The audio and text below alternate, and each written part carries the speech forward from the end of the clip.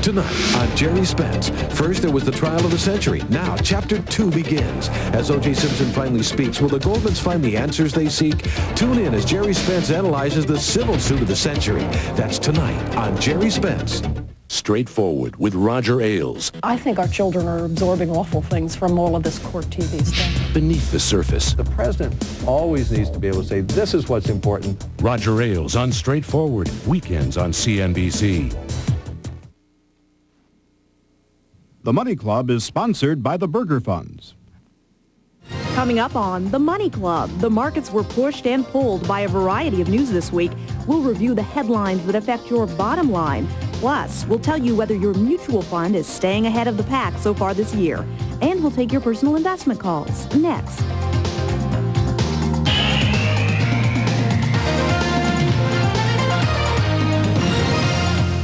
Good evening and welcome to The Money Club, CNBC's interactive personal finance show. I'm Brenda Buttner, in for Bill Griffith, who has a few days off. There's been a big question in Washington this week. Will government employees keep working? Will the government shut down again? We know you've probably been working away regardless. And what do you do with those dollars? Well, we're here to help your money work as hard as you do. Let's get right to it. Here's a look at tonight's Money Club agenda. At 2 minutes after the hour, there's no question it can be really difficult to focus on the news that affects your investments. Tonight, we'll review the week's top news stories. Then, at 9 past, millions of you use mutual funds to do your investing. We'll tell you which one's sizzled and which one's fizzled this week. And at 20 after, Jim Rogers will be here to tell us where the buys are in the international arena. He'll also be taking your personal investment calls, so give us a ring. Each night on the Money Club, we bring you the top news stories of the day, stories that might impact your investments. Here's the bottom line. It looks like the federal government will be staying open, at least for the next 6 weeks or so. A short time ago, the Senate approved a temporary spending bill that was passed by the House yesterday. President Clinton is expected to sign the bill this evening. The measure will keep the government up and running through March 15th. Rumors about the possibility of the largest buyout ever. Published reports say financial services giant American Express may be a takeover candidate. The report says the unidentified company considering the move might offer $30 billion for Amex. Amex shares surged today on the news. And on Wall Street, share prices rocketed into the record books for the third time this week. Stocks were lifted once again by the bond market, which rallied on the expectation that the Federal Reserve would move to cut interest rates next week. When the final bell rang, the Dow Jones Industrial Average had gained almost 55 points to 52.71 3/4.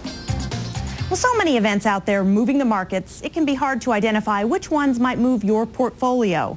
That's why we're here, to help you figure out what's important to your investments by arming you with information.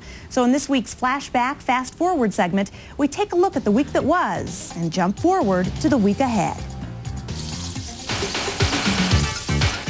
The market was on a roller coaster ride this week, fueled by rumors of a high-tech merger and the latest wrangling in Washington. On Monday, the Dow soared over 34 points to a new all-time high, 52.19. But there was also tough talk from the nation's capital as Republicans and Democrats squared off over the prospect of raising the government's debt limit. Neither the president nor I should delude ourselves into believing that a so-called clean debt ceiling increase will pass the House. It just won't happen. I think it could have calamitous effects on the economy, and for anyone to hold out the prospect that they're willing to face all of those consequences simply because they're not getting their way is repugnant. On Tuesday, stock prices tumbled, giving back almost all the previous day's gains as profit-taking and concerns over the budget negotiations took hold. There were also reports that Sun Microsystems would acquire Apple Computer in a $4 billion deal. Many analysts like the idea, seeing it as a way to pump financial resources into Apple's ailing bottom line. Apple needs the focus, they need the capital, and in my judgment, if they tie up with Sun, in my judgment, they'll get that. So, positive for Apple. On Wednesday, talks of extending the debt limit captured the market's attention again, and stocks soared for the second time in a week. An exchange of conciliatory remarks between the White House and Republicans renewed hopes that a balanced budget agreement could be reached. The President would like to get the negotiations restarted and get a balanced budget. The Speaker is apparently willing to consider our suggestion that we pocket the savings that we've already made. We have agreed between the Republicans and the Democrats on enough savings to balance the budget. On Thursday, signs of a cooling economy. Despite the lowest mortgage rates in 2 years, home buyers could not be enticed. Figures from a realtors group showed sales of existing homes fell 3.2% in December for the third month in a row. And today, the markets watched with keen interest as First Lady Hillary Clinton made her way to a federal courthouse to testify before a grand jury about her role in the Whitewater affair. Jumping ahead to next week, interest rates grab the spotlight. The Federal Reserve's Policymaking Committee begins a 2-day meeting Tuesday to set the course of interest rates. Some analysts expect the Fed to cut rates slightly to spur the slowing economy. We'll also get 2 reports on inflation when the government releases the December Producer Price Index and Consumer Price Index on Wednesday and Thursday, respectively. So how should you be positioning your portfolio for the weeks and months ahead? Joining us tonight is Al Stewart, Executive Vice President with Alliance Capital. Thanks for joining us, Al. Well, it was a pretty wild week on Wall Street, and I know that you don't spend a lot of time worrying about what the next 2 or 3 days are going to matter to the market, but what the next year looks like. And what's your outlook? I think our outlook at this point would be rather cautiously optimistic. There are a number of very, very positive things in the background. Most importantly, I think very substantial flows of funds into the mutual fund industry on the equity side at the present time. A relatively benign inflation and interest rate environment. Superimposed on that, though, are very high valuation levels at present, and so it's kind of nip and tuck between the two.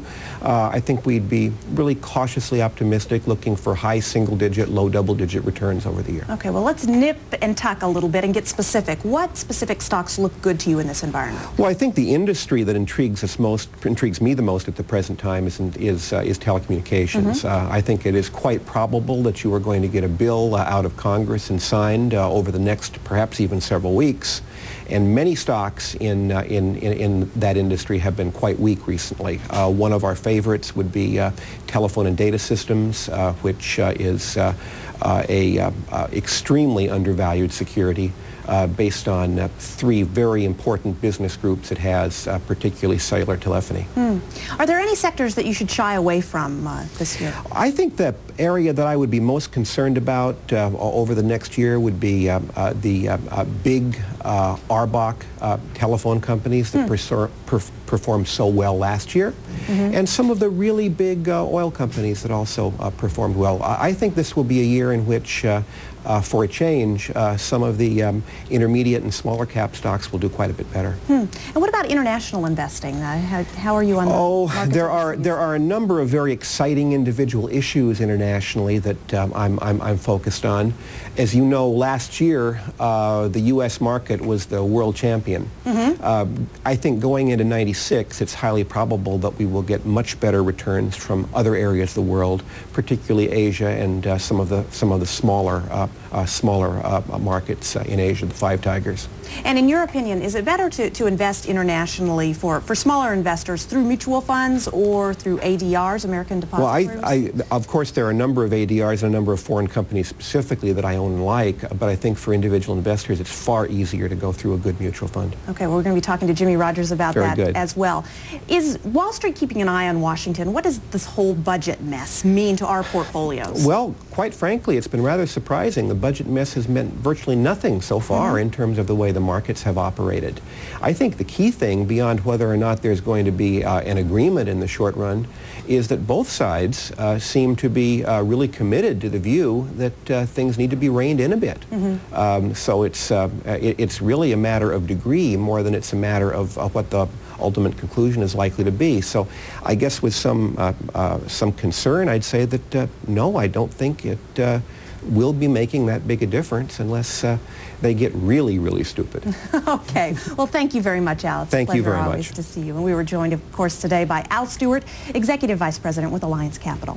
So you've been scouring the globe for investment opportunities, but you're still not sure where to put your money? Coming up a little later in the program, Jim Rogers will be here with his view on the international investment climate. He'll also be taking your personal investment questions, so give us a call. The number, 1-800-752-CNBC.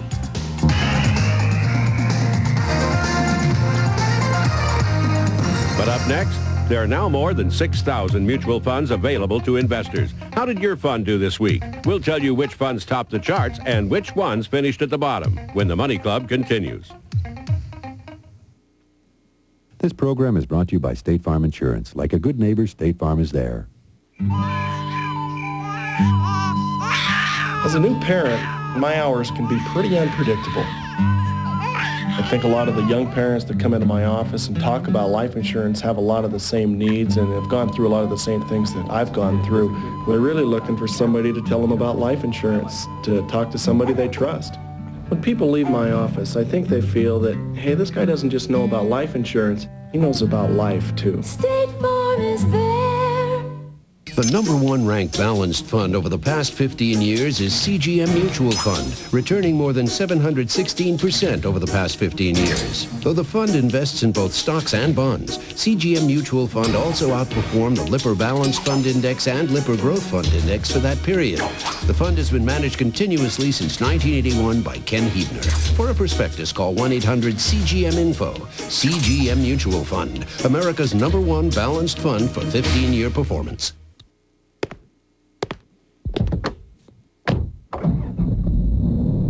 We wanted the LHS to be the kind of car that, even when you're not driving it, you're thinking about driving it. It really was designed to spoil you in every way. An aggressive 214 horsepower engine in front of you, luxury amenities all around. Once you drive an LHS, it's not something you'll soon forget.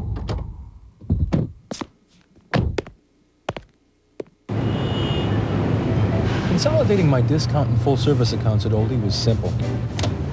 Now I receive advice and commissionless trading. With Smart Trading, whenever I purchase 1,000 shares of a stock Oldie recommends, my trade is commission-free, and everyone qualifies. Timely investment ideas with the potential I look for, and commissionless trading. That's why I moved to Oldie. For commissionless trading and a list of over 200 recommended stocks, call 1-800-USA-OLDIE. Hi, I'm Janice Lieberman. Up next on Steals and Deals, we'll have the latest government waste of your tax dollars. And we'll visit a classic car auction to find out what celebrities are spending their bucks on. That's next, right here on CNBC. Tonight. He's a political comedian taking its punditry mailbox to the mailbox. Bob Summerby joins us, and we've got our weekly viewer mail tonight on Equal Time. That's tonight on Equal Time with Mary Matalin and Dee Dee Myers. Every night, nobody takes you inside the headlines like Rivera Live.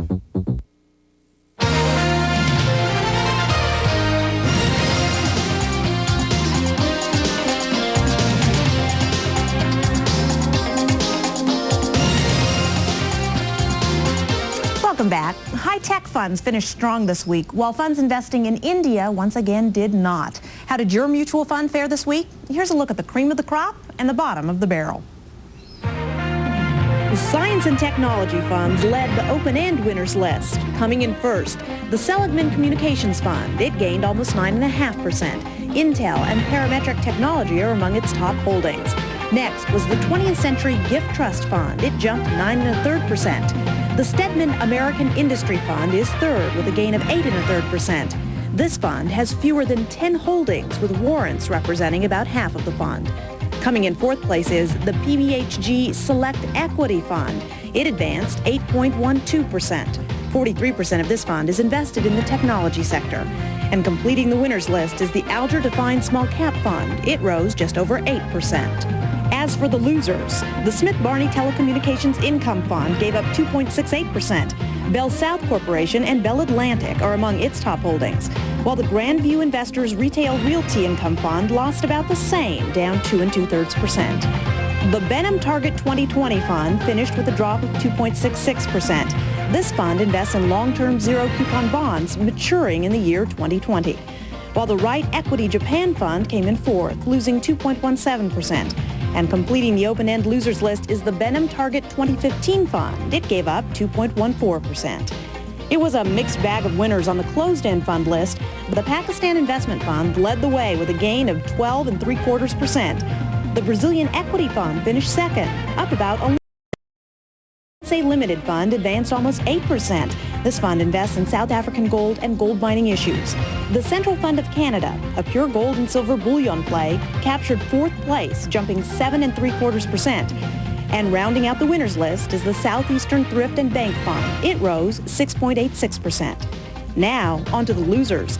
The Templeton Russia Fund gave up 9 3/4%. Funds investing in India continued to suffer. 4 funds specializing in that region captured second, third, fourth, and fifth place, with declines ranging from 6 3/4 to 6 1/4%. Respectively, they were the India Fund, the Jardine Flemin India Fund, the Morgan Stanley India Investment Fund, and the India Growth Fund. As you know, there are several ways we try to stay in touch with the financial issues most important to you. We use the U.S. mail, the phones, and the internet. David emailed us this question. He says, my mother is 59 years old, is in the 28% tax bracket, and has received about $10,000 in an insurance settlement. She owns her own business, but has no pension or any retirement funds. She wants to invest the money with a 3 to 5 year time frame. Should she start an IRA contributing $2,000 a year, or should she invest the entire amount outside of an IRA? The Money Club's Bill Griffith has your answer. David, we took your question to Gary Shotsky, a fee-only financial advisor and attorney based in New York. He says that if your mother does not have any high-interest debt to pay off, opening an IRA is a great use for the insurance settlement. You are never too old to open an IRA, and Shotsky says that since your mom is in the 28% tax bracket, the $4,000 contribution will reduce her taxes by more than $1,100. In addition, during the time the money is in the IRA, all income will be tax deferred. Shotsky says that your mother is in a unique position given her age because she will have the freedom to withdraw the money almost immediately without penalty. However, she should not touch that money until she absolutely needs it or reaches age 70 1/2, whichever comes first. So in closing, Shotsky says to open the IRA now at age 59 and enjoy the tax benefits. Opportunities lost in prior years should not let you concede the opportunities of the future. And if you could use some help with your finances and you can jump on the internet, you can email us here at the Money Club. Our address is moneyclub@cnbc.nbc.com. And of course, you can always write to us. Our address is care of CNBC, 2200 Fletcher Avenue, Fort Lee, New Jersey, 07024. And please be sure to send along your phone number so that we can contact you if we have a question about your question.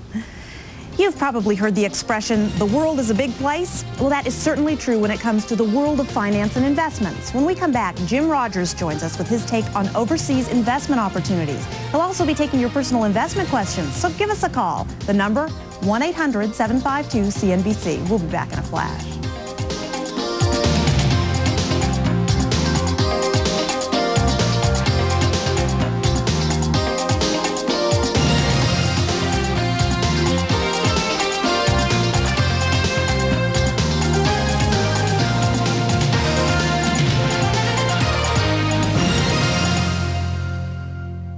This is CNBC.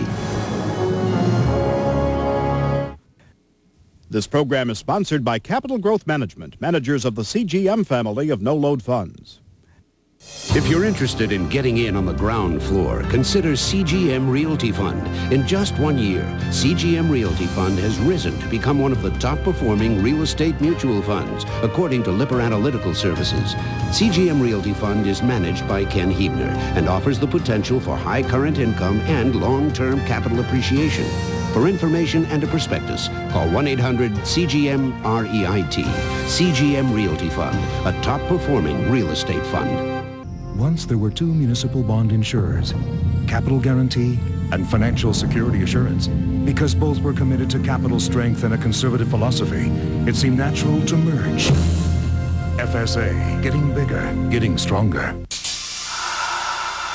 At Everin Securities, we thought it was about time for an investment securities firm that could bend and shape their services to fit your needs. After all, our employees are owners with a vested interest in your success.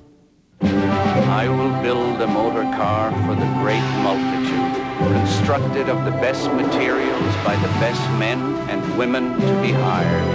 Any person making a good salary will be able to own one and enjoy with his family the blessings of hours of pleasure in God's great open spaces.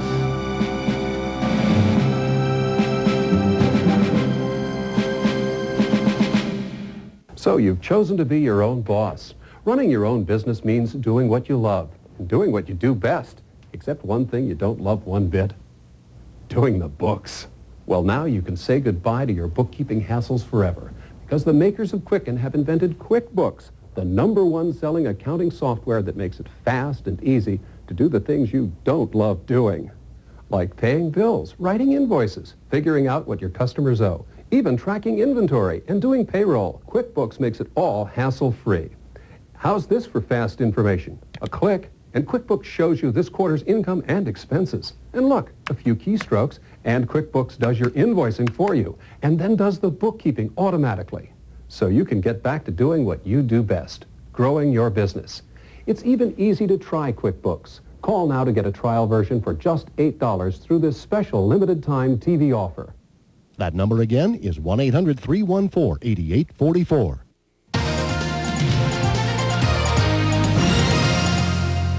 Welcome back. U.S. markets had a great year in 1995, but the opportunities this year may rest overseas. Joining us tonight, as he does every Friday, Jim Rogers of Rogers Holdings. Hi, Jim. I'm delighted to be here, Brenda. Good to have you. Well, first of all, is it important to have international exposure in any portfolio? And Every American citizen should have some of his or her money invested outside the country. As recently as 1970, America's stock market was 85% of world stock markets. Today, it's only 40 or 45%. I mean, there are great opportunities abroad. I mean, I love America and have most of my assets here, but we cannot pass up the opportunities that exist abroad. I don't think anybody would dispute that America is certainly a debt-laden and mature economy now. Well, there are a lot of economies out there that aren't debt-laden and aren't mature. Such as? Look at them. Well, New Zealand is a fabulous country which has gone through a ringer. Australia seems to be changing and learning the ways of the world. It's much sounder now. Malaysia is a country which is really coming right along. There are a lot of South American countries which have changed. Some very dramatic change going on. Pakistan is a place that was a disaster in the last year or two. I hope they're getting better because I've invested in Pakistan. There are lots of what are called emerging markets now, or new markets, but you could be just as sound as buying French oil companies, for instance. There are lots of opportunities abroad. Now, what's the best way to get international exposure? Should you go through a mutual fund? I know you're no big fan of American depository receipts, ADRs. Now, the single best way to invest abroad is to invest, if you know about shares, is to invest in shares in a company or an industry that you know a lot about in a country where you've done your homework. Buy the shares direct. That's the best way. But maybe you're not a stock market person, Brenda. Maybe you're a merchant. Well, think about buying companies and shares in companies that are great merchants abroad. It's very easy for you to do your homework. You might be a farmer. Well, you might, instead of buying extra acreage in Iowa, you might buy some acreage in New Zealand or Australia. There are lots of ways to do this. Okay, let's go straight to our phones. We've got a couple of questions about international stocks. Our first caller is Thomas in Washington. Hi, Thomas. Hi, how you doing? Good. I just want to say that I watch CNBC from 5:30 in the morning to 4:30 at night. You oh, my do God. A great show. And Mr. Rogers, you're my very special guest. Well, there you go. And you've got him here Thomas. tonight. Wow. What's your question tonight, My question is, I invested $250,000 in Latin America, $100,000 in Mexico, and the New York Stock Exchange closed-end funds. Am I going to make it or lose? Well, I don't know when you invested in those various funds. I happen to have a lot of investments in Latin America. Mexico is not one of them yet. I'm waiting for Mexico to have to finally bite the bullet. But I own shares in 8 or 10 Latin American countries, and there are going to be some setbacks. There are going to be some more serious setbacks coming. But over any long period of time, I am wildly optimistic about Latin America. And I hope you find a good fund manager. Be sure the manager knows what he or she is doing. And when it comes to Mexico, you don't see bargains there? That's just something to shy away from at this point? They may be cheap, but I don't like that. I'm not a very good trader, Brenda. I don't like to buy things and hope they go up and then sell them and jump around. I'm waiting for Mexico to hit what I hope will be the final bottom, where they really learn their lesson. They stop running a scam. They stop taking our money from us and doing things for their own good instead of biting the bullet. So you then I will invest in Mexico in a big way. You can't just look at the companies. You need to look at the countries and their fiscal policies.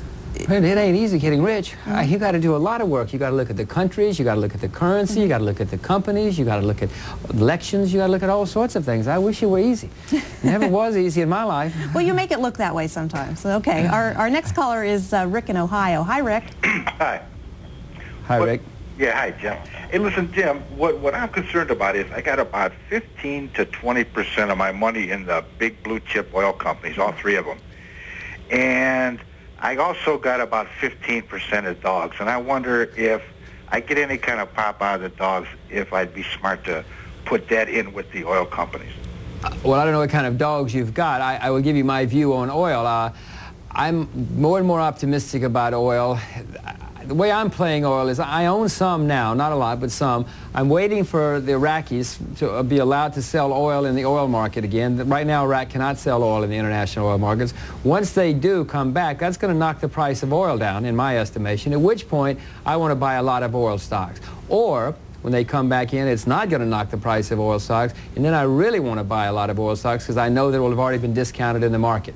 So I would suggest you go ahead, continue to own your oil stocks, although I don't know which ones you have, and look for some opportunities down the road to buy more. Okay, and Steve in Texas has a good question for us. He wants to know if there's a newsletter or news service to read about commodities. And he also wants to know where you'd put $500,000 right now. Well, I wish I had $500,000. Oh, come on. That'd be wonderful, wouldn't it? Well, I get most of my commodity information just reading the Wall Street Journal and Barron's. That's where I get most of mine. I read some other things. I used to read the Journal of Commerce, which is a very good commodity newspaper. I don't know of any newsletter. I'm sure they exist. I just don't know of them. If you live in Texas, I'm sure your local newspapers probably cover a lot of commodity-type reporting. Just stay with what you know, figure out where the best sources are, and then go with them. And where I'd put $500,000 in commodities now, well, I wouldn't put any of it in commodities unless you know a whole lot about them, because it's a fast way to the poorhouse if you get it wrong. Look at sugar, look at hogs, look at coffee. Well, coffee's rallied some. Look at sugar and hogs are the two places I would look right now. But I'm not saying you buy them. You make sure you do your homework. Okay. Thank you so much, Jim. Always a pleasure to see you. Oh, I'm delighted to be here, Brenda. See you next week. Joined tonight again by Jim Rogers. And on the Money Club, school is definitely a place to learn, but do we really graduate knowing all we need to know to make it in today's world? We'll introduce you to a teacher at a small California high school who's helping his students learn the true value of $1. So join us at 7 p.m. Eastern Time on Monday, right here on CNBC. We're getting older, longer, better too probably, but that's another issue. Yes, life expectancy among employees at big U.S. companies has increased quite a bit in recent years, and you men out there are moving in on us women. Women workers can still expect to live longer, to nearly 87, compared with 83 for men. But a study by Buck Consultants shows that the life of a 65-year-old male worker increased by an amazing 15 months over the past 6 years. For women, it was less, but still significant, a gain of 9.5 months. Chances are, with advances in medical technology and physical fitness, that trend will continue. Now, what does it mean to you? Well, if your golden years are going to be longer, you're going to have to find some way to pay for them. In other words, it's all the more important for us to plan for our retirement. I know that's becoming a bit of a mantra for baby boomers these days. We get hammered on all sides, it seems, with warnings about saving. But the truth is, there is good reason. Not only can we not count on anybody but ourselves to pay for our retirement, but our needs will be greater because we're living longer. And that wraps up this edition of the Money Club. I'm Brenda Buttner. For all of us here at the club, here's hoping your membership is a profitable one. Janice Lieberman is up next with Steals and Deals. Have a great weekend.